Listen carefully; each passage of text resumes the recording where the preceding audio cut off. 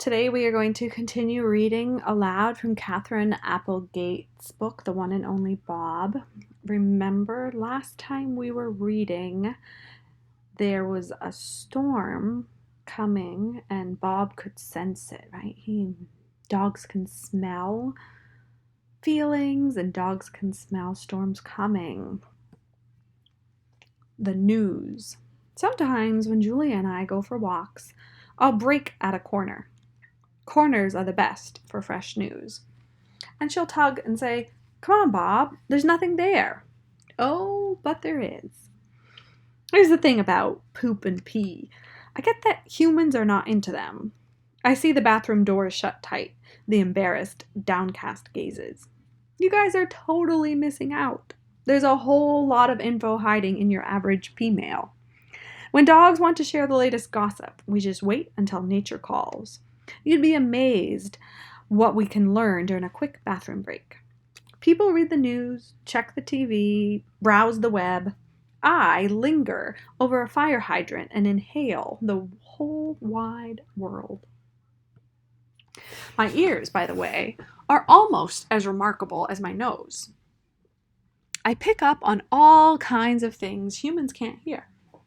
What we do with our noses and our ears is kind of like taking a big old knot and loosening it up, separating out the strands, unbraiding things.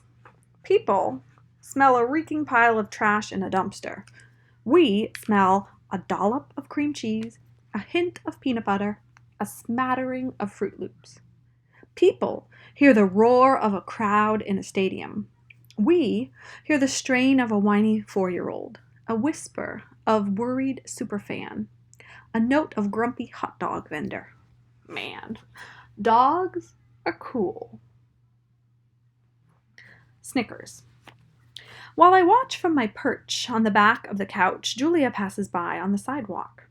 George asked her to keep her dog walking route close to home in case the weather changes. She's wearing a shiny purple raincoat and leading 3 dogs, a goofy mutt named Winston, a timid Dachshund named Oscar Mayer, and her. Snickers, an old nemesis of mine. Snickers is a fluffy white poodle with delusions of grandeur, a big snooty pain in the puffball. Ooh, that pooch drives me crazy. Our mutual dislike goes back to my early days as a stray. Snickers was a fancy, pampered, sleep on a pink satin pillow kind of gal. Her owner, Mac, ran the mall where I lived with Ivy and Reuben. That's where I first encountered Snickers. She teased me mercilessly, and beneath the fuzzy facade, I always suspected there was a little, spark there. Anyways, after the mall closed down, Snickers, being Snickers, landed on her feet. Mac married an older widow lady with more money than sense, and she dotes on that ridiculous poodle. Mac's too lazy to walk Snickers himself, so he hired Julia to do it.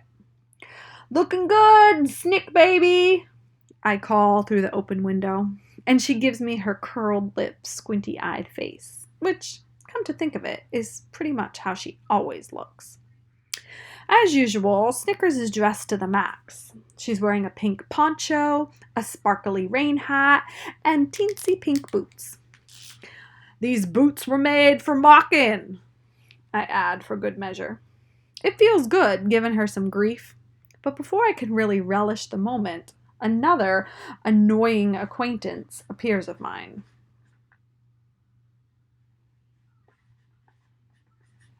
Nutwit. Nutwit, the gray squirrel who lives in the live oak in our front yard, jumps to a lower branch, looking at me with barely concealed pity. I hate pity, especially the barely concealed kind. "I don't know why you taunt her," he says. "You're hardly in a position to talk, Bob. You are Snickers. Come over here to the window and say that. So you can, what, drool me to death? Are you aware that my best friend is a gorilla?" I ask. "You would make fantastic ape chow, dude." Nutwick reaches for a dangling acorn and yanks it free. I thought gorillas were vegetarians. Ivan eats termites. I say, he might make an exception for you. Face it, Bob. You're soft. You're one step away from your own pink rain boots. He has a point, says Minnie, one of the family's guinea pigs, from her cage next to the TV. No, he doesn't, says Moo, her cage mate. Yes, he does, squeaks Minnie. Doesn't. Doesn't. Minnie pauses. Wait, you tricked me. The guinea pigs rarely agree on anything. Nutwick leaps over to the window edge, acorn in paw. He presses his tiny twitchy nose to the screen. You couldn't last the day out here, Bob. Some of us have to live by our wiles. Hey, I lived on the street longer than you've been alive. Nutwick nibbles an acorn. He's quite the prissy eater. Whatever you say, Bob. I say scram. Fine. Hint taken. Anyway, storm's en route. I should be stocking up on my nut stash while I can. Nutwick gives me a wise guy look. That's how we do it in the real world. He scampers off with an acrobatic flourish. Squirrels never do a simple jump when a quadruple backflip cartwheel is an option. You're full of it, I say to nobody in particular. We're full of it, says Minnie. Yes, we're extremely full of it, says Moo, and they popcorn in agreement. Guinea pigs hop up and down when they're happy.